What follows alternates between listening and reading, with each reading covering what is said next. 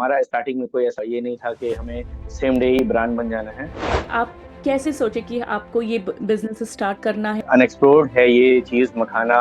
अभी world wide demand है, लेकिन काफ़ी लोग अवेयर नहीं है इसमें। मखाना पफ सीड होता है वाटर लिली प्लांट का। पफ करके उसको बनाया जाता है। आपके लिए आपके दिमाग में सबसे पहला एक लर्निंग एक्सपीरियंस क्या आता है? सबसे इम्पोर्टेंट मैं यही बोलूंगा, सब कुछ की जानकारी चाहिए आपको। किसी भी फील्ड का एक्सपर्ट नहीं बनिए, क्योंकि एक्सपर्ट को आप हायर करके करवाइए, लेकिन हर एक फील्ड का नॉलेज रखिए। Hello everyone, welcome to our YouTube channel Connecting Global Visions. The purpose of our channel and the purpose of coming all the episodes are to bring the different experienced, knowledgeable people of their field, the experts of their field, and to share their knowledge. हमारे channel का purpose है कि हम सभी domain के सारे अपने अपने फील्ड के एक्सपर्ट्स को लाएं, उनसे बात करें, उनकी जर्नी को समझें, उनसे नॉलेज सीखें और देखें कि कैसे कैसे अलग अलग जगह पे काम होता है और किस तरीके से काम होता है। आज हम फाउंडर ऑफ शी फूड से हैं, जो कि मखाना के ऊपर उन्होंने बिजनेस चालू किया है और एक छोटी सी कोशिश मखाना, जो कि हम ये भी बोल सकते हैं बिहार का सुपर फूड है और बिहार को उसके लिए जाना जाता है। हम मधुबनी जानते हैं, हम लिट्टी चोखा जानते हैं, हम बाकी बहुत सारी चीज़ें जानते हैं। आई थिंक एक ये बहुत अनएक्सप्लोर्ड पार्ट था मखाना, जो कि इसको फराज ने, एक जो फाउंडर हैं शी फूड के, उन्होंने इस चीज़ को सामने लाए हैं और सेटअप किए। So welcome to our podcast Faraz. Thank you Neha, आपने मुझे इनवाइट किया अपने पॉडकास्ट पे। मेरा नाम फराज है, जैसा आपने बताया। और हम लोग वैल्यू एडिशन मखाने के ऊपर काम करते हैं। मखाने को वैल्यू एडेड प्रोडक्ट बनाकर बेचते हैं। जैसा कि अनएक्सप्लोर्ड है ये चीज़ मखाना। अभी वर्ल्ड वाइड डिमांड है, लेकिन काफ़ी लोग अवेयर नहीं है इसमें। हम लोग मखाने पे एक्चुअली, जैसा आप लोग जानते हैं फॉक्सनट मखाना, तो उसके वैल्यू एडिशन पे हम लोग काम करते हैं। और एक अनएक्सप्लोर्ड मार्केट था जो कि अभी हाई डिमांड है और सुपर फूड कैटेगरी में है। उसका हम लोग वैल्यू एडिशन करके लोगों तक पहुंचाते हैं। और ग्राउंड लेवल से उसका प्रिक्योरमेंट और उस चीज़ को बढ़ावा देने के लिए काम करते हैं, जो कि दरभंगा हमारा बेस है। और यहीं से हम सारी चीज़ें करते हैं। और यहाँ के मखाने को जीआई भी मिला हुआ है। मिथिला मखाना जीआई है बाय गवर्नमेंट। हम जानना चाहेंगे कि आप कैसे सोचे कि आपको ये बिजनेस स्टार्ट करना है, और आपकी जर्नी शुरू से हम जानना चाहते हैं। बेसिकली हम लोग बिलोंग करते हैं बिहार के दरभंगा से। और जब हम लोगों ने मतलब फर्दर स्टडीज के लिए बाहर ही जाना पड़ता है, जो हायर एजुकेशन है उसके लिए बाहर जाना पड़ता है। जब हम लोग अपने कॉलेज लाइफ में थे और वहाँ अपनी पढ़ाई कंटिन्यू कर रहे थे, तो उस टाइम फ्यूचर में माइंड में बैकग्राउंड में था कि बिजनेस करना है, क्योंकि जॉब वगैरह पे इतना फोकस नहीं था हमारा।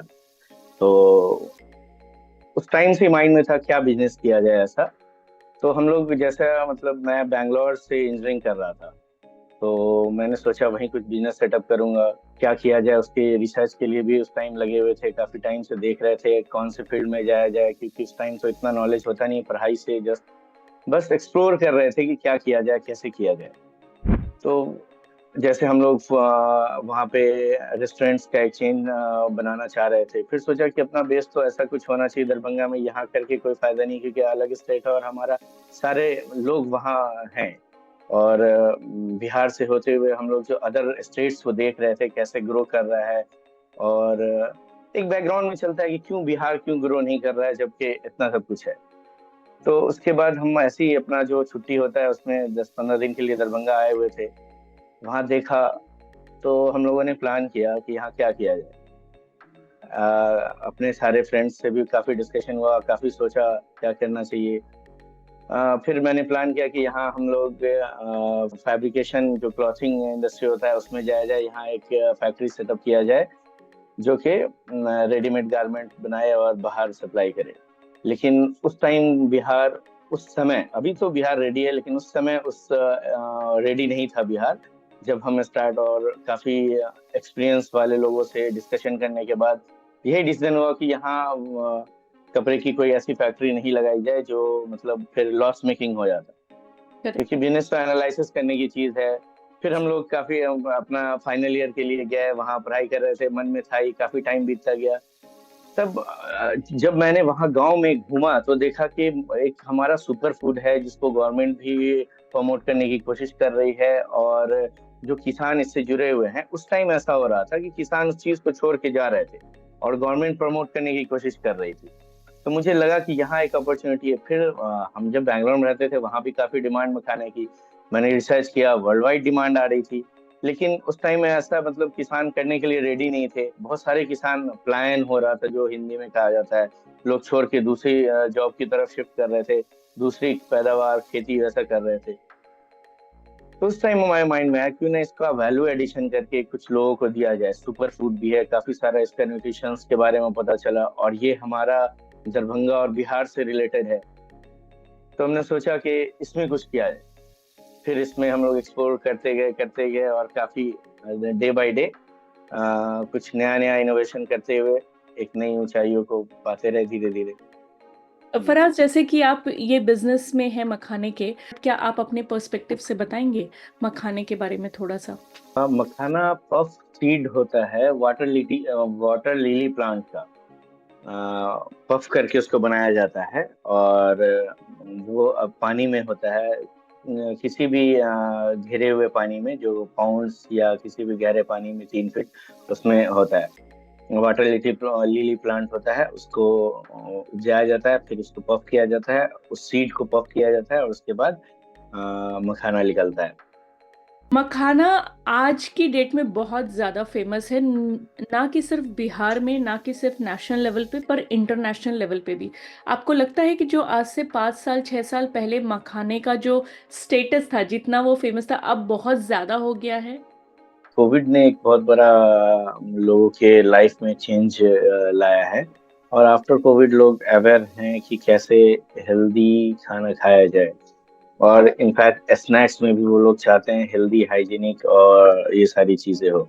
और सुपर फूड कैटेगरी आपको मखाना है, तो सुपर फूड की तरफ लोग ज्यादा अवेयर हो रहे हैं। पहले भी था लेकिन इतना वर्ल्ड वाइड डिमांड नहीं था, कम था डिमांड। अभी बहुत ज्यादा हाई डिमांड हो गया है। और इसका न्यूट्रिशन फैक्ट भी जो लोग अवेयर हुए, कैल्शियम होता है इसमें बहुत ज्यादा, तो बच्चों के लिए भी अच्छा होता है, लेडीज के लिए भी अच्छा होता है, ये सारी चीजें हैं इसमें। शुगर फ्री होता है, तो जो डायबिटिक। डायबिटिक लोग हैं वो लोग भी कंज्यूम करते हैं इसको। जब इसकी हम लोग रुपाई करते हैं, जैसे मखाने की बुआई होती है, जैसे अदर क्रॉप की बुआई होती है, तो सीडिंग जब हो रहा है पाउंड में या किसी भी वाटर वाले स्पेस में, तो उसके बाद उसमें 6 महीने, 5 से 6 महीने लगते हैं उसको पूरा रेडी होने में। पहले तो वो 3 महीने में उसका पत्ता ऊपर आता है, फिर ग्रीन हो जाता है पूरा।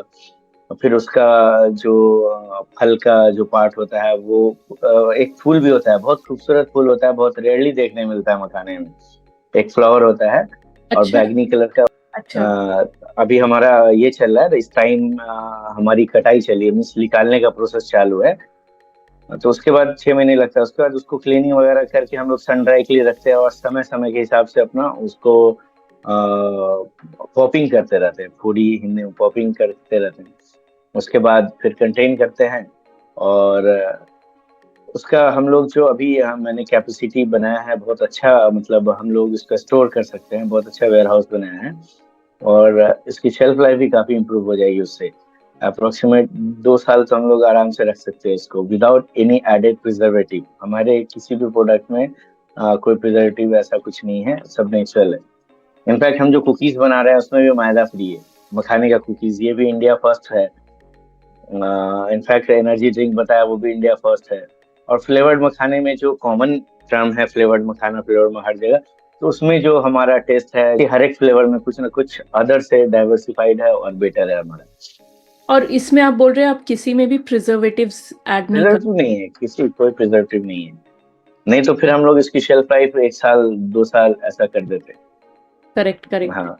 और दूसरी चीज मुझे ये बोलना था कि जब आप मखाना बोलते हैं कि इसमें प्रिजर्वेटिव्स नहीं है, 2 साल, इन जनरल कुछ नहीं करके भी मखाने का जनरल लाइफलाइन क्या होता है, शेल्फ लाइफ क्या होता है? कुछ नहीं करना, इसका एक प्रोसेस है जो हम लोगों ने, जैसे आपको बताता हूँ मैं।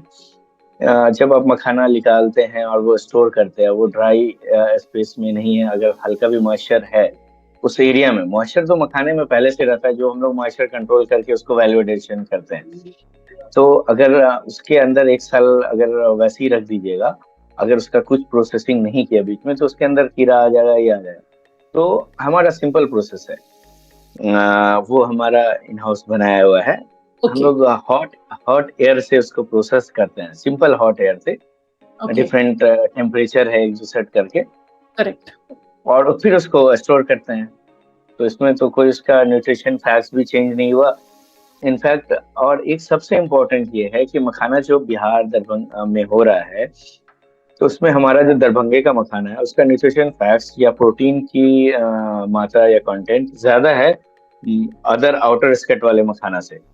क्योंकि यहाँ का मखाना पाउंड में होता है, यहाँ का सॉइल का न्यूट्रिशन ज्यादा है, वाटर का पीएच अच्छा है, जिस वजह से यहाँ के मखाने में ज्यादा न्यूट्रिशन होता है। जैसे 8 ग्राम हम लोग प्रोटीन क्लेम करते हैं, बाकी अदर जगह जो आउटर स्कर्ट, अदर जगह नहीं, 85% प्रोडक्शन तो यही हो रहा है, लेकिन आउटर स्कर्ट जो हो गया बिहार का, वहाँ फिर 5% 4% प्रोटीन आ जाता है। ओके। ओके। और बिहार को छोड़कर और कहाँ होता है, जस्ट फॉर द क्यूरियोसिटी, मखाना कहाँ कहाँ जैसे इंडिया का 85% होता है यहाँ, नेपाल में भी कुछ परसेंटेज हो रहा है, चाइना भी कुछ परसेंटेज करने की कोई, इंडोनेशिया में कुछ परसेंटेज हो रहा है, ऐसा है। लेकिन डिफरेंस कैसे है हमारे और मकान से, वहाँ जो है एग्जैक्ट पॉप नहीं हो पाता है, क्योंकि उस टाइप से उसकी तैयारी ही नहीं हुई। जो हमारा आपको बताया, स्पेशली मिथिला मखाना जो यहाँ का सॉइल में चूना है, जिस वजह से वो उस साइज का बन के मिलता है। जो हम लोग जो पाउंड से निकालते हैं, जो तो वहां करेक्ट। भी एक प्रोसेस आता है, उस टाइम में हम लोग सॉर्टिंग करते हैं बीज की। जो पाउंड से निकाला, पॉपिंग से पहले सन ड्राई जब होता है, उस टाइम में हम लोग सीड का उस टाइम भी अलग अलग करते हैं, जो लास्ट में हमारा जो सॉर्टिंग में कम एफर्ट जाता है उससे। ओके। तो वैसा सीड वहाँ चाइना भी इतना मतलब जाने की कोशिश कर रहा है, साइज ऑफ मखाना बहुत छोटा हो जाता है, उस टाइप का न्यूट्रिशन नहीं आ पाता है। ओके। तो आप, हाँ, तो आप उसी के हिसाब से आप बोल रहे हैं कि यहाँ पे आप हम्म, कोशिश करते हैं। मुझे एक और हम्म। चीज़ बोलना था, हमारा जो पहला डिस्कशन हुआ था कि आपका दिल्ली में कोई ट्रेड फूड था जिसमें आप लोग रिप्रेजेंट कर रहे थे इंडिया को, या कुछ ऐसा था? और नहीं नहीं, बिहार रिप्रेजेंट कर रहे थे, बिहार वो वर्ल्ड रिप्रेजेंट फूड एक्सपो। हाँ, इस बार भी हम लोगों को वर्ल्ड फूड एक्सपो से के गवर्नमेंट बारे के द्वारा ही भेजा जा रहा है फूड में आप, प्रोसेसिंग इंडस्ट्री की तरफ से।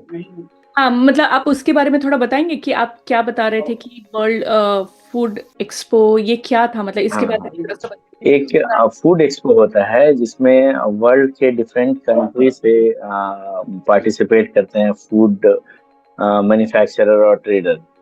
तो एक कहाँ ये होता है ये? गवर्नमेंट का भी अच्छा, ये दिल्ली प्रगति मैदान में होता है। लास्ट ईयर भी हुआ था, तो हम लोग बिहार को स्टेट की तरफ से सिलेक्ट होके गए थे, और इस बार भी बिहार गवर्नमेंट जो फूड इंडस्ट्री है उनके थ्रू से हम लोगों को वहाँ पे स्टॉल अलाउट हुआ है, जो कि ये बहुत अच्छा इनिशिएट है गवर्नमेंट का।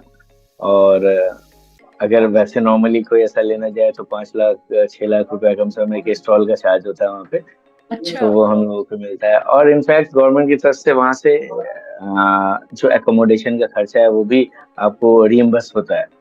ओके। तो जो आप बोल रहे हाँ, हैं स्टॉल में जो होता है, क्योंकि आप गवर्नमेंट की तरफ से जा रहे हैं तो आपको फिर पे नहीं करना? नहीं नहीं नहीं पे करना होता है। इनफैक्ट जो फूड प्रोसेसिंग इंडस्ट्री है वही हम लोगों के लिए स्टॉल अलाउट करती है। Ministry of food processing industry, इनके तरफ से हम लोगों को मिलता है। और ऐसे इंडिया में इन अ होल मखाना के ऊपर जो आपका है, ऐसे कितने कॉम्पिटिटर्स है, कितने बिजनेस मार्केट में है ऐसे बिजनेस करने वाले? नहीं देखिए, अभी हमारे हिसाब से तो इसमें हमको कॉम्पिटिटर ऐसा कोई नजर नहीं आ रहा है। बहुत सारे ब्रांड हैं जो फ्लेवर्ड मखाना बना रहे हैं, कुछ अच्छा बना रहे हैं, कुछ बहुत अच्छा बना रहे हैं, कुछ ना बेकार बना रहे हैं। तो उन सब में बस वही फ्लेवर, हमारा तो कैटेगरी वाइज है ना, कैटेगराइज है मखाना बेस हर एक प्रोडक्ट। तो ऐसी कोई कंपनी नहीं है जो मखाना कुकीज बनाती हो, मखाना फ्लेवर्ड बनाती हो, मखाना एनर्जी ड्रिंक बनाती हो, मखाना पास्ता बनाती हो। हमारे पास मखाना पास्ता भी है, बहुत सारी चीजें ऐड ऑन हो रही है मखाना बेस से रिलेटेड। आप थोड़ा ये बताएंगे, आपने ये शुरुआत की तो ये कौन से साल आपने शुरुआत करी है? 2018 में हम लोगों ने इस पे रिसर्च चालू किया था, और 2021 में हम लोगों ने कुछ कुछ इसका प्रिक्योरमेंट और जो उसमें मतलब उस बिजनेस में लग करके देखना कि इन हाउस क्या कैसा है, किसान के साथ काम करना किया। और 2021 में हम लोग इनकॉर्पोरेट हुए और कंपनी रजिस्टर की। हमारे को फाउंडर जो हमारे मतलब स्कूल फ्रेंड हैं, कॉलेज नहीं वो बचपन के दोस्त, उनके साथ मिल करके चालू किया। ये तो सबसे अच्छी बात होगी। और आप लोग कितने लोग हैं इस दो बिजनेस? लोग हैं, हमारा हमारे स्कूल फ्रेंड रोहित ठाकुर और शिशिर शुभम, दो को फाउंडर हैं हमारे साथ।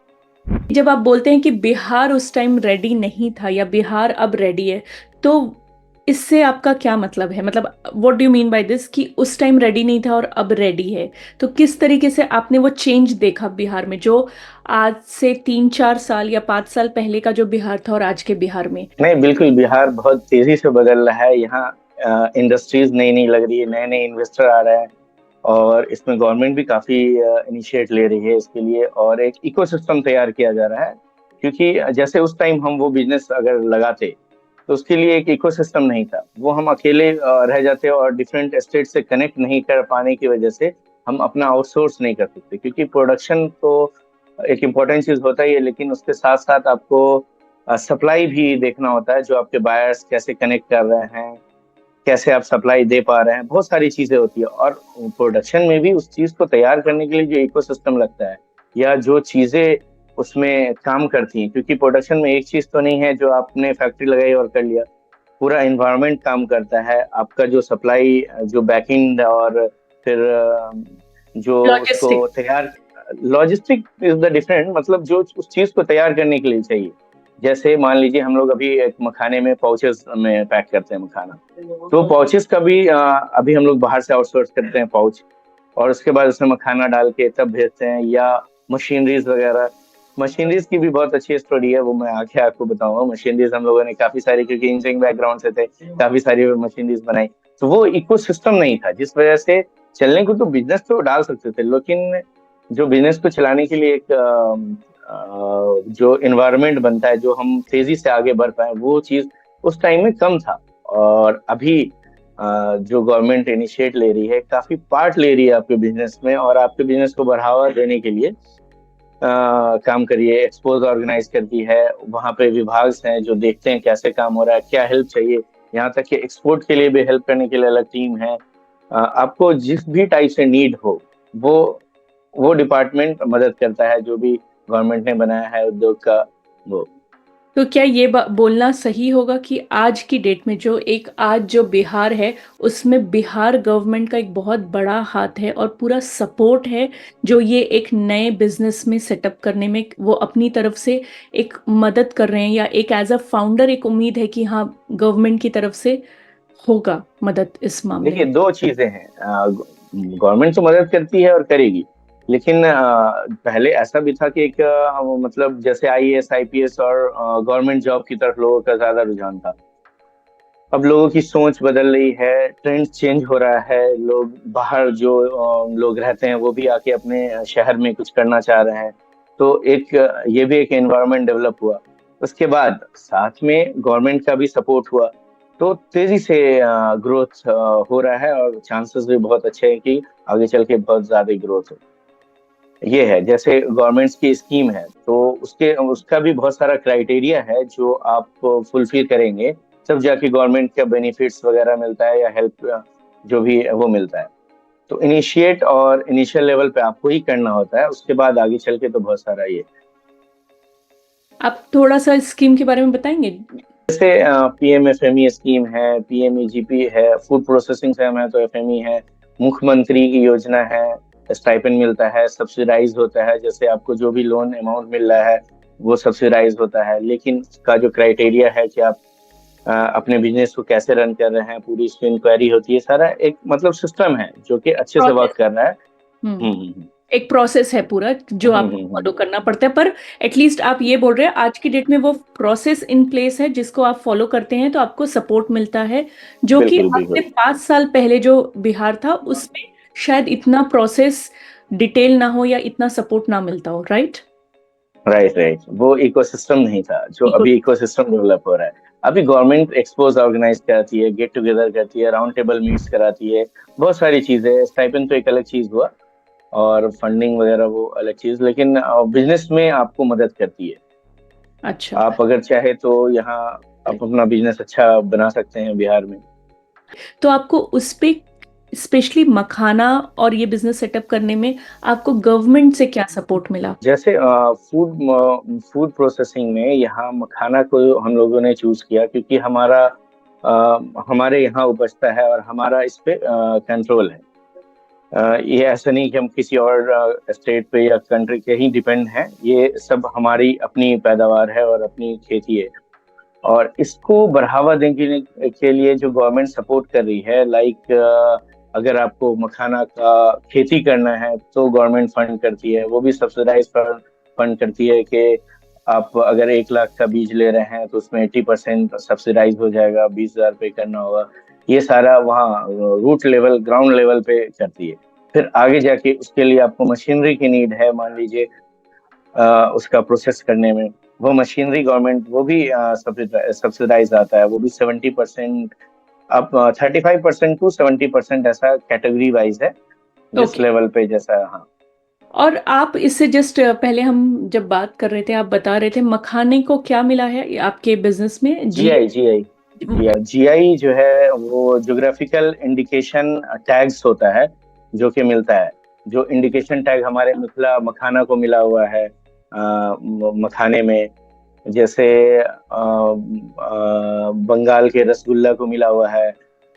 ये आइडेंटिफिकेशन होता है प्रोडक्ट का, जहाँ से ये ओरिजिन होता है उससे। तो आप बोल रहे हैं वैसे ही जैसे बंगाल को रसगुल्ले को मिला हुआ है बंगाल का जीआई, वैसे ही आप बोल रहे हैं बिहार के लिए मखाना, मखाना बिहार के लिए हाँ जाना। ये हाँ बिल्कुल, ये इंडिकेशन टैग होता है।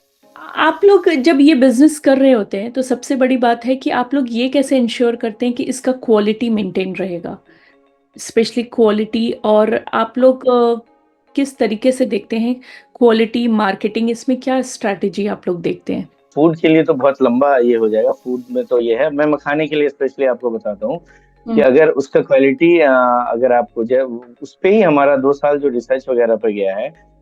मेन तो इसका प्रोडक्शन टाइम से ही देखना होता है। हम लोग एक्चुअली क्या है ना, यहाँ मिथिला की जो सॉइल है वो चूना रहित सॉइल होती है।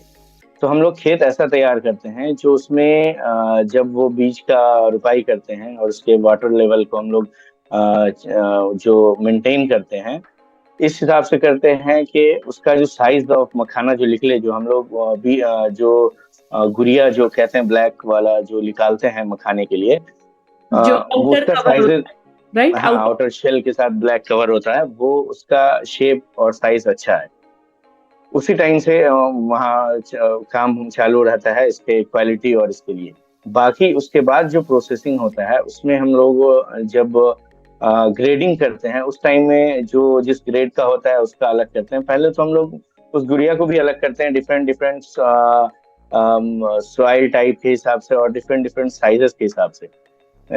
मोस्ट ऑफ द टाइम ये ज्यादा इम्पोर्टेंट है कि आप कैसे सॉइल में और कैसा पानी है जिसमें आप इसको उपजा रहे हैं, जो कि उसके न्यूट्रिशन फैक्ट्स पे भी बहुत इम्पैक्ट करता है। ये ज्यादा लोग को इसका आइडिया नहीं है।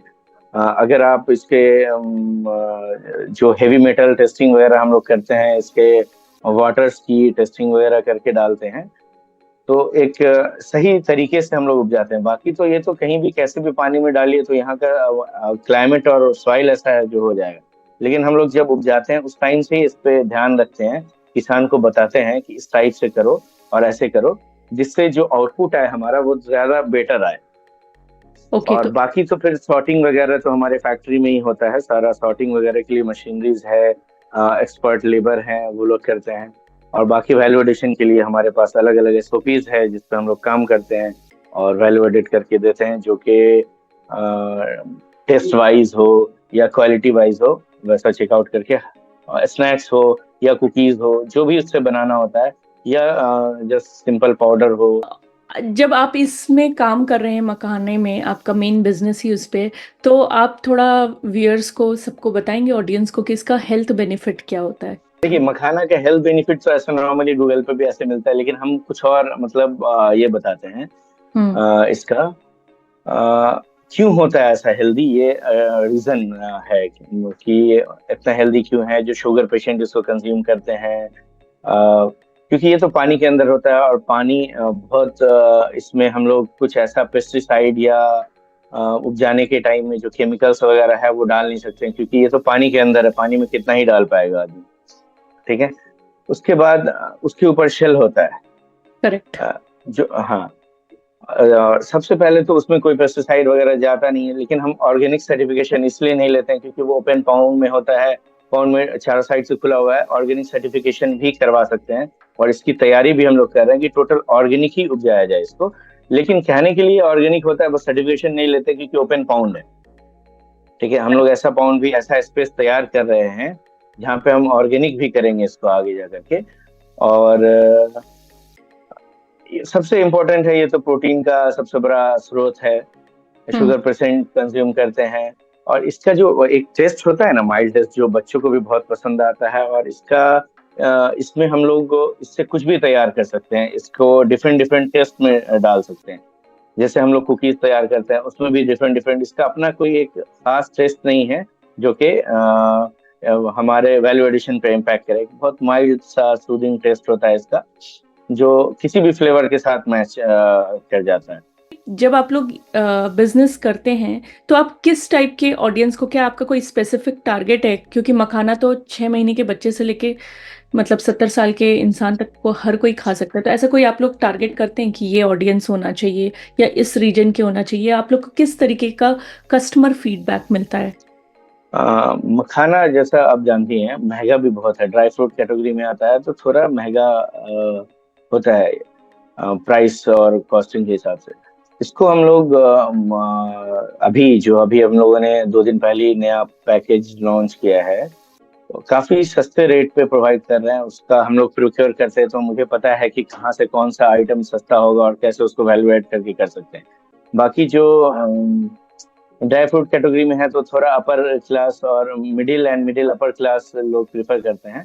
लेकिन ऐसा अभी जो इसका वैल्यू एडेड प्रोडक्ट्स हम लोग तैयार कर रहे हैं वो इतना सस्ता है कि लोग कोई भी चाहे किसी भी प्राइस रेंज का आदमी खरीद के कंज्यूम कर सकता है। हम लोग इनफैक्ट इसकी कुकीज तो 5 रुपए में दे रहे हैं, और जो स्नैक्स दे रहे हैं वो 20 रुपीज के पाउच में दे रहे हैं। और आप लोग का सबसे ज्यादा फेमस प्रोडक्ट लाइन क्या है? इसमें मखाने में आप बहुत सारे प्रोडक्ट निकाले होंगे, उसमें सबसे फेमस और सबसे अच्छा रिव्यू? हमारा हमारा अभी प्रोडक्ट तो सारे अच्छे हैं और सारे मतलब डिमांड में हैं। लेकिन अभी हम लोगों ने जो सबसे इम्पोर्टेंट बहुत अच्छा प्रोडक्ट बनाया है वो मखाना का एनर्जी ड्रिंक है। वो 2-3 और इंग्रेडिएंट के साथ मिल करके बेस उसमें मखाना ही है, और वो ready to eat energy drink है, प्लांट बेस्ड प्रोटीन भी कह सकते हैं। उसका नाम हम लोगों ने न्यूट्रीमिक्स लिखा है, और वो अब लॉन्च होने वाला है 1 वीक, और काफी डिमांड है। अभी सैम्पलिंग प्रोसेस में ही उसका बहुत अच्छा डिमांड आ रहा है, और काफी सारे एक्सपोर्टर उसको ऐसे सैम्पलिंग ही हमसे भी ले गए हैं कि वो एक रिवोल्यूशनरी प्रोडक्ट है और नया प्रोडक्ट है जो कि इंडिया में ऐसा कोई नहीं बना रहा है। तो फर्स्ट टाइम आप लोग ऐसा कोई एनर्जी ड्रिंक हाँ मखाना बेस्ड पे बना रहे हैं। आप लोग हाँ, आप लोग का प्रोडक्ट क्या आउट ऑफ इंडिया भी आप लोग सेल कर रहे हैं या फ्यूचर में आप लोग? बिल्कुल बिल्कुल, एक्सपोर्ट हो रहा है हमारा, 2-3 कंट्री जा रहा है, एक्सपोर्ट हो रहा है, और बहुत सारे बायर हैं इंटरनेशनल जिनके ब्रांड में हम लोग यहाँ से बना करके देते हैं। हम लोग व्हाइट लेबलिंग भी करते हैं, बहुत सारे ब्रांड को देते हैं। और ऐसा है जो हम लोगों ने ओवरकम कर लिया है मखाना को, और मखाना पे हम लोगों ने एक जीत हासिल की है कि इसको ऐसा कर सकते हैं कि डिफरेंट डिफरेंट टाइप से बना रहे हैं, वैल्यू एड कर रहे हैं। तो हम लोग इसको सबके लिए है, मतलब किसी भी कंपनी, जो दरभंगा की बहुत सारी कंपनी को बना के दे रहा है, और बेसिकली इंडिया लेवल की बहुत सारी कंपनी है, 17-18 कंपनी है जिनको हम लोग उनके ब्रांड लेवल पे बना के देते हैं, उनका भी ब्रांड बिल्ड करने में ये करते हैं। जब आप स्टार्ट किए थे कि आपको शुरू से सपोर्ट मिला था, कि या आप जैसे जैसे आगे आगे बढ़े वैसे वैसे आपको सपोर्ट मिलते गया? नहीं, देखिए, किसी भी बिजनेस में कोई भी स्टार्टअप कीजिएगा तो स्टार्ट करना ही होगा आपको, उसके बाद ही कोई सपोर्ट वगैरह आता है। इनिशियल आपका ही काम आगे ये आपका ही जो एफर्ट है वो आपको आगे जाकर रीच दिलाता है। और इनिशियल लेवल पे अपना ही सारा कुछ सोर्स करना होता है और सब कुछ लगाना होता है इनिशियल। बाकी फिर किसी को आप पे भरोसा होगा, अगर आप अच्छा करेंगे तो ही जाके कोई आप पे इन्वेस्ट करेगा, चाहे वो गवर्नमेंट हो, चाहे वो एक इन कंज्यूमर हो, चाहे वो एक नॉर्मल आपका बायर हो, कोई भी। तो वो क्या था, वो पहला कौन सा मोमेंट था या कौन सा डील था जो आपको लगा हाँ अब मैं ट्रस्ट हम बनाना चालू कर दिया एज अ बिजनेस, हमारा ट्रस्ट, आपको देखिए रिस्पॉन्स आ। हमारा आपको जैसे एक्सपीरियंस हमारा बिजनेस एनालिसिस में काफी था, तो इस वजह से इसका बहुत सारा फायदा हमको मखाने में मिला। हम लोग जब तब तक मार्केट में नहीं गए जब तक हमारा हम खुद 100% सेटिस्फाइड नहीं हुए। और ये एक किसी भी बिजनेस के लिए बहुत इंपॉर्टेंट होता है कि आप कब सेटिस्फाई हो जाते हैं अपने प्रोडक्ट से और देने लगते हैं, या अपने काम से कब सेटिस्फाई होते हैं, किस लेवल पे सेटिस्फाई होते हैं। हमने जब अपने लेवल से सेटिस्फाई हो गए कि नहीं अब 100% है, अब दे सकते हैं, तो हम लोगों ने आगे पुश किया। और क्योंकि क्या होता है ना, अगर आप नया प्रोडक्ट अपना खुद ही देने लगे तो निगेटिव मार्केटिंग होने लगती है। और ऐसा निगेटिव मार्केटिंग बहुत सारे लोगों का हुआ है, बहुत सारे ब्रांड्स का हुआ है, जो लोकल लेवल पे स्टार्ट किया और एक्सपैंड करने के लिए उनको रास्ता दिखा तो एक्सपैंड करने चले गए। और फिर प्रॉब्लम से स्टार्ट हो गई, क्योंकि उनके प्रोडक्ट में दम नहीं था। तो वही है, जब हम खुद सेटिस्फाई हो जाए सारी लैब टेस्टिंग वगैरह से, और प्लस अपने बाकी जो आप सैम्पलिंग करके लोगों का रिव्यूज वगैरह लेते हैं कि हाँ क्या ये प्रेजेंटेबल है और मार्केट में जाने लायक है, तो जाके आपको एक्सपैंड और इस सब करने के बारे में सोचना चाहिए। तो आपको मतलब आप फिर बोल रहे हैं कि आपको कैसा कस्टमर फीडबैक जो आ रहा था, फिर आपको वहां से कॉन्फिडेंस बिल्कुल बिल्कुल। चालू हुआ। बिल्कुल बिल्कुल बिल्कुल, और उस पर काम भी करना पड़ता है। जैसे कोई भी कस्टमर फीडबैक आ रहा है अगर, तो उसकी बात को ध्यान से लेते हुए उस पर काम करना चाहिए कि हाँ ऐसा करने से ऐसा, कस्टमर ही आपको बताता है। अगर आप उसकी बात ध्यान से सुनेंगे तो हो सकता है वो 50% आपके बिजनेस में मदद करे उसकी बात। करेक्ट। तो ऐसा कोई कस्टमर फीडबैक आपको याद है जो आपको लगा कि आपने जब वो इम्प्लीमेंट किया तो काफी इम्प्रूवमेंट आया आपके प्रोडक्ट लाइन में? हम लोगों ने सारा फ्लेवर अच्छा जा रहा था, सारा निकल रहा था। एक चीज बॉल होता है, आप कोई किसी भी ब्रांड का चीज, राइट। एक हाँ। एग्जांपल दे रहा हूँ चीज, तो उसमें एक स्मेल होती है, मिल्क सॉलिड या मिल्क जैसे स्मेल। आपके पास भी कोई भी चीज का कुछ भी हो, मखाना नहीं मतलब कोई भी स्नैक्स हो या चीज का कोई टुकड़ा है, उसमें मिल्क की स्मेल होगी। तो वो हमारा कस्टमर फीडबैक आता था कि थोड़ी स्मेल है। और क्योंकि हम लोग तो डायरेक्ट जुड़े होते हैं कस्टमर से, और उस टाइम में जब हम लोग रिव्यूज वगैरह ले रहे थे तो 1 to 1 इंटरेक्शन था। आता तो हर ब्रांड में है, अब बड़ा ब्रांड चल रहा है, अच्छा टेस्ट आ रहा है, चल रहा है, लेकिन टेस्ट के बाद भी एक हल्की मिल्क सॉल्ट की स्मेल होती है जो सारे लोगों को समझ में नहीं आती है। बहुत सारे करेक्ट। लोगों को नहीं समझ में आई मिल्क की। तो उसको हम लोगों ने ओवरकम किया है। और हमारा जो चीज वाला फ्लेवर है वो वैसा इंडिया लेवल पे नहीं है किसी का फ्लेवर, उसमें स्मेल नहीं है मिल्क सॉलिड की, वो ओवरकम किया। तो वही कस्टमर की हल्की सी बात कि हाँ इसमें कर सकते हैं, ऐसा नहीं है प्रोडक्ट खराब था या नहीं बिक रहा था। तो हम लोगों ने डे बाय डे चेंजेस कर करके वो सब ओवरकम किया है, जिस वजह से अभी हम लोग इतने कॉन्फिडेंट हैं। बस कि हमारा मार्केटिंग पे 0% खर्चा है। हमारा प्रोडक्ट ही हमारा मार्केटिंग है। अगर किसी को चाहिए होता है तो अपने बारे में या अपनी कंपनी के बारे में या उस पर मार्केटिंग पे पैसा लगाने या मार्केटिंग पे पैसा बर्न करने से अच्छा होता है कि हम अपना सैंपल भेज देते हैं, देन सारी चीजें ठीक हो जाती हैं। तो जैसे आप बोल रहे हैं कि मार्केटिंग में आपने जीरो मतलब एक्सपेंस डाला है, मतलब अभी तक आप वहां पे खर्चा नहीं किए, तो आप कैसे अब तो ठीक है, अब आपका ब्रांड बन रहा है, अब आप काफी बड़े बड़े ट्रेड फेयर पे भी जा रहे हैं आप जैसे बता रहे थे। तो आप थोड़ा उस पे वो एक्सप्रेस करेंगे कि बताएंगे कि वो कैसे आप, कैसे आपने स्टार्ट किया, कैसे धीरे धीरे मार्केटिंग बड़े रीजन पे, क्या B2B या B2C कैसे किया? देखिए ये इंडस्ट्री लाइन था, तो ये सोच के हमारे पुराने एक्सपीरियंसेस से था कि स्लो चलना है अभी, क्योंकि ये तो मतलब एक दिन की कहानी नहीं थी, इसलिए हम लोगों को 2 साल टाइम भी लगा इतना पहुंचने में। नहीं तो आज तो ब्रांड, अगर कोई ब्रांड आज बनाना है, 2 घंटे में ब्रांड तैयार हो जाता है और वर्ल्ड वाइड हो जाता है। अगर आप उतना पैसा और उतना मार्केटिंग कर दे तो वर्ल्ड वाइड बना सकते हैं, सेम डे आप बना सकते हैं। तो वैसा हमारा कोई प्लान नहीं था।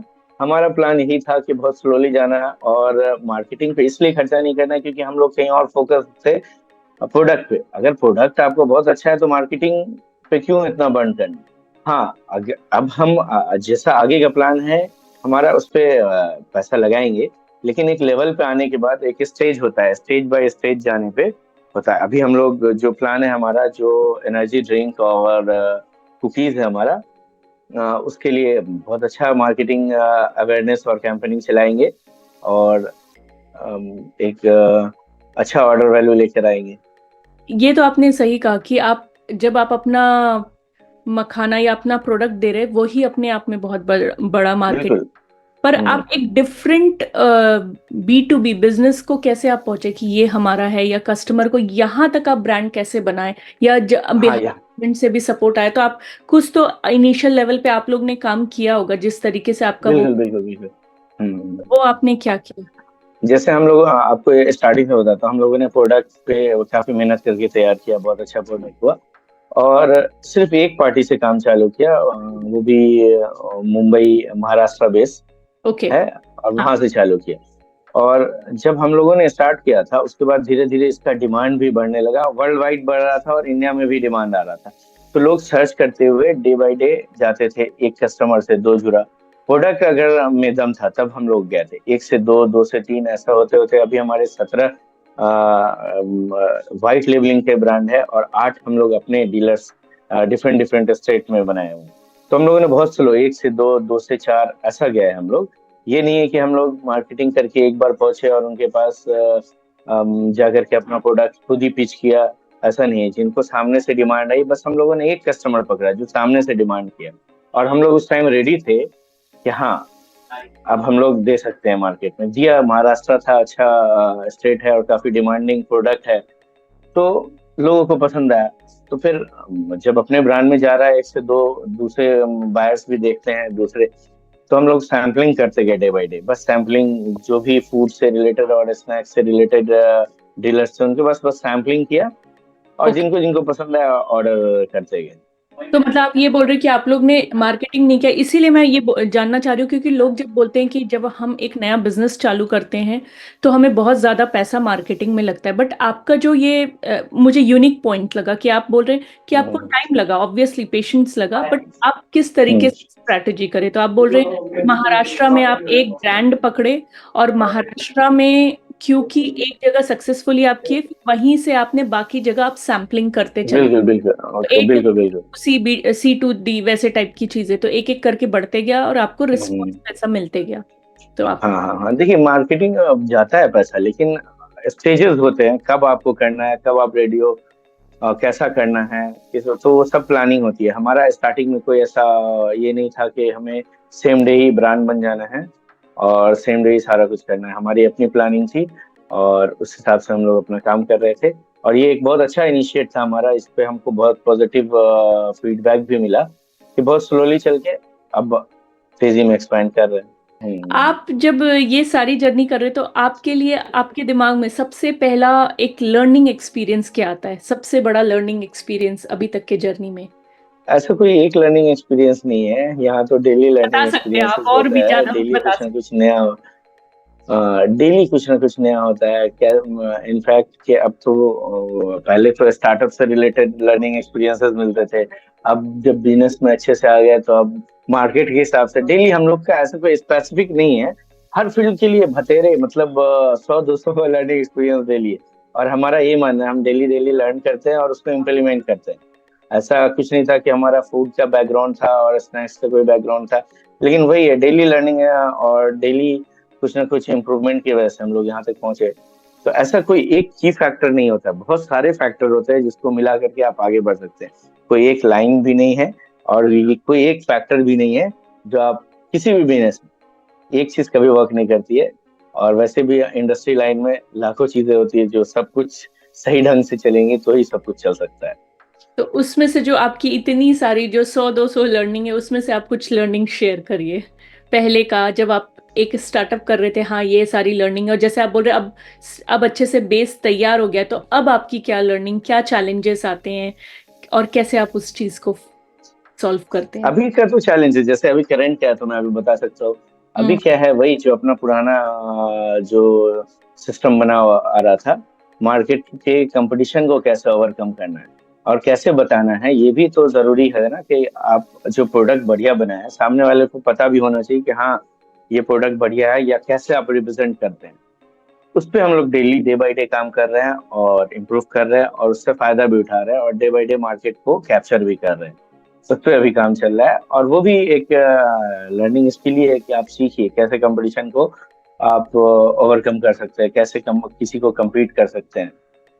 तो उसके लिए सबसे इम्पोर्टेंट मैं यही बोलूंगा, सब कुछ की जानकारी चाहिए आपको। हाँ, जैसे मैं आपको एक स्पेसिफाई एक छोटा बताऊं कि अगर आप कोई भी प्रोडक्ट बेच रहे हो तो आपको कंपटीशन की भी जानकारी होनी चाहिए, वो क्या बेच रहा है, कैसे बेच रहा है, कब बेच रहा है, एक ईच एंड एवरी। और आपको अपने ऊपर अपना भी जो प्रोडक्ट का इन आउट सारा कुछ पता होना चाहिए। तो आप अवेयर होने चाहिए कि मार्केट में क्या चल रहा है और कैसे चल रहा है, कितना चल रहा है। तो कनेक्ट होना पड़ेगा आपको, हमेशा कनेक्शन बना के रखना होगा कि कैसे चल रहा है और क्या चल रहा है। ओके, तो आप बोल रहे हैं कि एक कनेक्शन होना चाहिए और आपको हर एक होराइजन पता होना चाहिए बिजनेस का। इसके लिए कोई एक ऐसा कुछ नहीं है कि कोई एक लाइनर है या कोई एक फील्ड के आप एक्सपर्ट हैं, तो ऐसा नहीं है कि बहुत कुछ कर जाए। आपको किसी भी फील्ड का एक्सपर्ट नहीं होना है, लेकिन हर फील्ड की जानकारी चाहिए। Jack of expert. ऑल हाँ। ट्रेड्स। हम्म। हाँ, ये मेरा कहना है। किसी भी फील्ड का एक्सपर्ट नहीं बनिए, क्योंकि एक्सपर्ट को आप हायर करके करवाइए, लेकिन हर एक फील्ड का नॉलेज रखिए। एक्सपर्ट नहीं बनिए, तो ही आप आगे जा सकते हैं। सिंपल। Correct, correct. मुझे एक और चीज बताइए कि जैसे हम ये जर्नी बात कर रहे हैं, अगले 5 साल आप कहाँ पे देखते हैं? अगले 5 साल आपका क्या विजन है? अगले 5 साल का बहुत बड़ा प्लान है और इस पर हम लोग काम कर रहे हैं। मखाना का जो रेट्स का वेरिफिकेशन आ रहा है, उस पे काम कर रहे हैं। क्योंकि ये यहाँ पे ऐसा नहीं है कि हमको सिर्फ अपने लिए देखना है या अपनी कंपनी के लिए। हमारा कंपनी का ग्रोथ हो रहा है और डे बाय डे हम लोग का फ्यूचर भी बहुत सारा प्लान है। लेकिन हम ये चाह रहे हैं कि यहाँ से जो मखाना निकलता है, उस मखाना के का एक कांस्टेंट रेट बनाने पे काम कर रहे हैं कि कंटिन्यूअस डे बाय डे इस टाइप से उसके लिए काम हो, जो उसका प्रिक्योरमेंट इस टाइप से हो कि रेट का वेरिएशन जो आता है, कभी 600 है, कभी 1200 है, कभी 2000 है, ऐसा ना हो। एक बेस रेट तैयार हो जाए। और इसके लिए काफी सारे लोगों के साथ, काफी सारे एफपीओस के साथ मिल करके काम हो रहा है।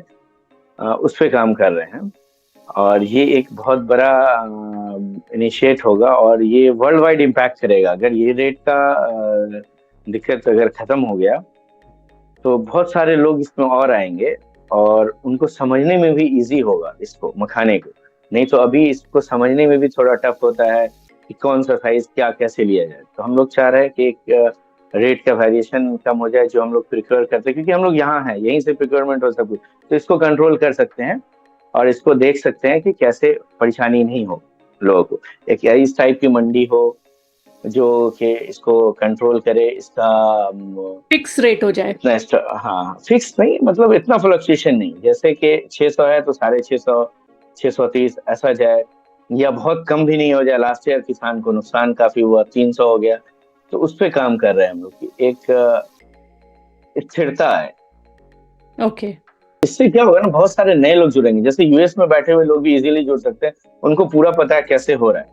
हाँ। और यहाँ क्या है ना, डेली रेट फ्लक्चुएट होता है, साइजेस वेरिएशन होता है, ये सारी चीजें। तो हम उस पे काम कर रहे हैं और उस पे इनफैक्ट काम करेंगे तो हमारी कंपनी ग्रोथ करेगी। सही बात है। और अभी हम्म, आप जब ये काम कर रहे हैं तो डेफिनेटली आप लोकल एम्प्लॉयमेंट भी बहुत देते होंगे। बहुत बहुत लोकल एम्प्लॉयमेंट जनरेट हुआ है। और इसका पहले फील नहीं होता था, बस ये था कि हाँ काम दिया। जब लोगों से सुना, उन्होंने कहा कि हाँ मेरे पास काम है, बहुत अच्छा लगा, पैसा कमाया, ये वो। बहुत सारी महिलाएं जो कभी एक्सपेक्ट नहीं करती थी कि वो कमाएंगी, हाउस वाइफ ही रह जाएंगी या घर का ही काम करती, वो लोग भी जब डेली का 300-400 रुपये कमा के जा रही है, तो बहुत खुशी हो रही है ये देख के। और इसका फील नहीं था मुझे, मैंने तो अपनी जरूरत के हिसाब से उनको बुलाया था, लेकिन जब सामने से भी रिटर्न बैक में मिल रहा है तो मुझे फील हुआ, अरे हाँ कुछ अच्छा काम हुआ। करेक्ट। नहीं, उससे लोकल में डेफिनेटली बहुत बड़ा एम्प्लॉयमेंट आया होगा, चेंज आया होगा। आप और कुछ बोलना चाहेंगे अपने उसके बारे में, जो आपको लगता है कि आपको शेयर करना चाहिए ऑडियंस के साथ, या जो लोग आजकल के डेट में, पीढ़ी में जो आना चाह रहे हैं, आज के जनरेशन में जो स्टार्ट करना चाह रहे हैं? कोई भी बिजनेस चालू करने से पहले सिंपल है, इसमें कोई मतलब ऐसा और सबसे इम्पोर्टेंट तो ये है कि ऐसा नहीं हो सकता है कभी भी कि लोग बिना इंटरनल वॉइस के बिजनेस में आ जाए। आपके अंदर से आवाज आई कि हाँ बिजनेस करना है, तो बस उसके बाद उस चीज को बनाने में, उसको कंस्ट्रक्ट करने में लग जाइए, डे बाय डे कैसे करना है, पूरा रिसर्च के साथ। बहुत सारे लोग यही होता है, यही मतलब देखा, बिजनेस की लाइफ बहुत अच्छी लगी और बहुत चकाचौंध, और उनको मजा आया तो बस बिजनेस में आ गए without any experience, without any knowledge, वो स्किल, और बिना कुछ हासिल किए। तो फेलियर का चांसेस बहुत होता है, जिस वजह से इतने लोग फेलियर होते हैं। तो सबसे पहले तो उनको स्टडी उस चीज पे करना चाहिए कि जिस चीज पे वो जाना चाह रहे हैं, किसी भी फील्ड में हो, काफी स्टडी करनी चाहिए। मैंने भी बहुत स्टडी की। जैसे मैं जब टेक्सटाइल का बताया आपको, उस लाइन में जाने वाला था, तो मैंने 3 महीने टेक्सटाइल कंपनी के आसपास ही हमारा बीता, और उसी में थे। जैसे ही हम लोगों ने मखाना स्टार्ट किया, तो हमारा 2 साल रिसर्च वगैरह में बीता। करना चाहिए, कैसे करना चाहिए, क्या होना चाहिए, पूरा चीज आपको पता होना चाहिए। स्टार्टअप अच्छा होता है, बहुत मजेदार होता है, लेकिन खराब कुछ नहीं होता है इस दुनिया में। जो चीज अच्छा है वो कीजिए। जॉब भी बहुत जरूरी है। ऐसा नहीं है कि आप सिर्फ स्टार्टअप ही करते रहे, तो फिर एक इकोसिस्टम नहीं रह पाएगा, और जॉब भी बहुत जरूरी है। नहीं, और सबसे बड़ी बात है, मुझे जो लगता है आप जैसा बोल रहे हैं कि इनर वॉइस आना बहुत जरूरी है जब आप बिजनेस हाँ, कर और सबको अपना अपना पोटेंशियल देखना होगा। आप अपना पोटेंशियल देखिए, आप किस फील्ड में। जैसे मैं बहुत लोगों से ऐसा मिला हूँ जो क्या प्लान है। जैसे मेरा जैसे मेरे को फाउंडर शिशिर भाई, उनके भाई से मैं मिला ऐसे ही रैंडमली। IIM गया से उनका MBA हो रहा है। क्या प्लान है, मैंने पूछा, आगे पूछा, मतलब जॉब सिंपल क्लियर है, जॉब। कोई ये क्लैरिटी। नहीं है कि क्लैरिटी होनी चाहिए। क्यों? क्योंकि उसको अपना पोटेंशियल पता है। मैंने पूछा क्यों, पूरा रीजन उसने बताया कि ऐसा ऐसा ऐसा ऐसा। तो जरूरी नहीं कि स्टार्टअप ही स्टार्टअप होता रहे। और हाँ, अगर आप में थोड़ा ये पोटेंशियल है, तो आप इम्प्रूव इम्प्रूव इम्प्रूव कीजिए, और अच्छा है, स्टार्टअप कीजिए। अपने में इम्प्रूवमेंट अगर आप और ऐसा नहीं है कि आपको सब कुछ पता है। आप डेली डेली लर्न कीजिए और कीजिए, उससे और फायदा ही होगा। आप अपने आपको भी बहुत कुछ दे पाएंगे, एम्प्लॉयमेंट जनरेट कर पाएंगे। हाँ, अगर नहीं है, अगर आप देख रहे हैं कि हाँ बहुत अच्छी दुनिया है स्टार्टअप की और करना चाहिए, तब तो नहीं करना चाहिए इसको, जब तक इनर वॉइस आपकी नहीं कहे हाँ मुझे रीजन बिहाइंड की क्यों करना है। रीजन आपको मिल गया कि हाँ बिजनेस क्यों करना है, या जॉब क्यों करना है, या कंपटीशन की तैयारी क्यों करनी है, या गवर्नमेंट जॉब क्यों, रीजन होना चाहिए। और एक सही रीजन है तो बस आप लग जाइए, रीजन है।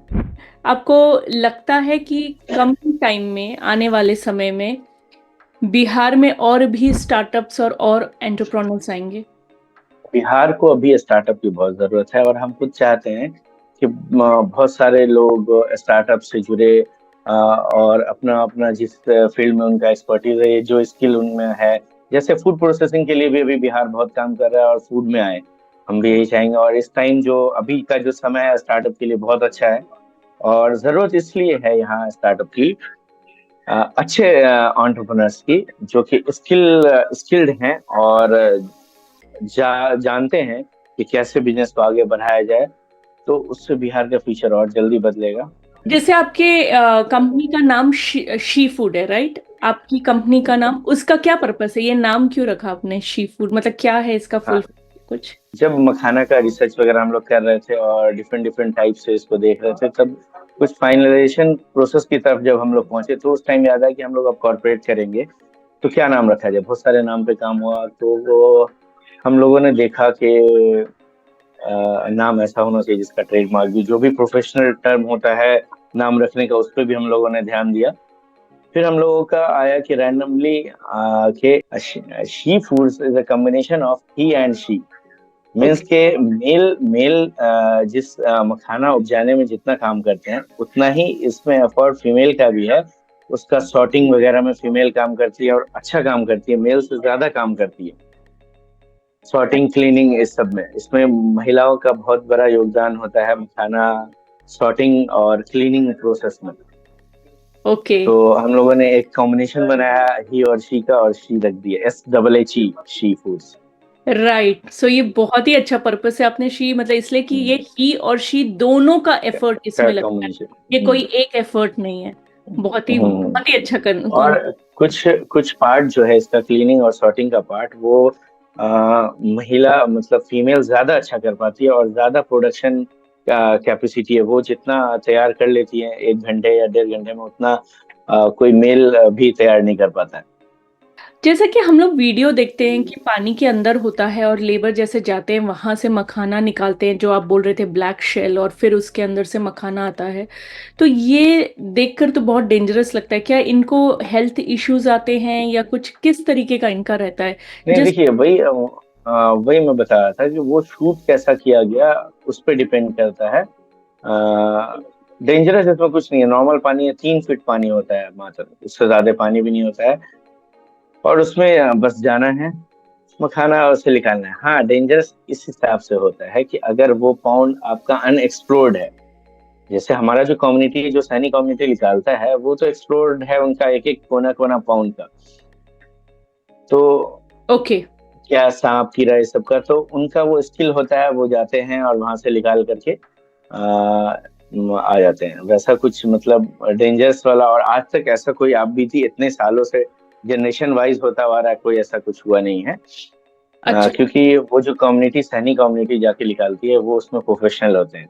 और कुछ मतलब उनका जनरेशन करता आ रहा है, और उनके अंदर एक स्किल है जो कि अभी बहुत सारे लोगों में वो स्किल इंप्रूव हो रही है, वो लोग भी ट्रेनिंग वगैरह कर रहे हैं।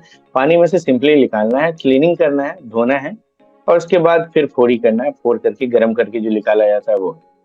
नहीं, वो तो है कि पानी में से सिंपल निकालना है, तो आई थिंक जो पानी में जाके निकालना होता है, मुझे ऐसा लगता है कि जैसे हम एक नॉर्मल ऑडियंस जो कि इसके बारे में नहीं जानते, हमको ऐसा लगता है कि शायद उसमें सांप होगा, कीड़ा होगा, मतलब ऐसा कुछ होगा, या क्या डेंजरस चीज होता है।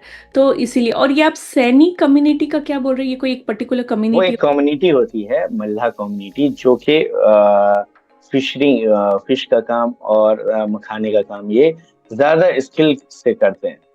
अच्छा, मतलब उनके हाँ, एंसेस्टर्स करते हुए आ रहे हैं तो उनको। हाँ, एंसेस्टर्स करते हुए आ रहे थे, वो स्किल्ड होते हैं इसके लिए। और ये जस्ट लाइक स्विमिंग पूल की तरह है, कोई ऐसा ये नहीं है। हाँ, ये है कि स्विमिंग पूल पूरा कंक्रीट और इससे बना होता है, और ये नेचुरल रहता है। और ओके। आजकल जो फार्मिंग हो रही है ना, वो इस टाइप से हो रही है कि खेतों में हो रही है, तो वहां पे ऐसा नहीं है कि सांप, और ये 3 फीट पानी है, उसमें सांप तो रहेगा नहीं, और लोग जब पानी में जाएंगे तो वैसे भी सांप निकल के भाग जाता है, वैसा कोई इशू नहीं है। ओके। ओके। तो उसमें हाँ, मतलब वो सारे चीजें अवेयर रहते हैं कि कैसा होता है, क्या होता है। करेक्ट। हाँ, हाँ, हाँ। ठीक है, thank you so much for this podcast, for your time. बहुत अच्छा लगा आपसे बात करके, और जिस तरीके से आपने बोला है बिहार को और नए स्टार्टअप्स की जरूरत है। आई एम श्योर कि इस पॉडकास्ट को देख के बहुत सारे लोग बिहार के, और जो कि बाहर भी हैं, वो इंस्पायर होंगे और कोशिश करेंगे कि वो भी अपना योगदान दे, और बिहार का एक नया चेहरा सामने आए। Thank you so much. बिल्कुल, बिल्कुल, आपके माध्यम से लोग जानेंगे और इसके बारे में अवेयर भी होंगे। बहुत अच्छा काम आप कर रही हैं, थैंक यू सो मच।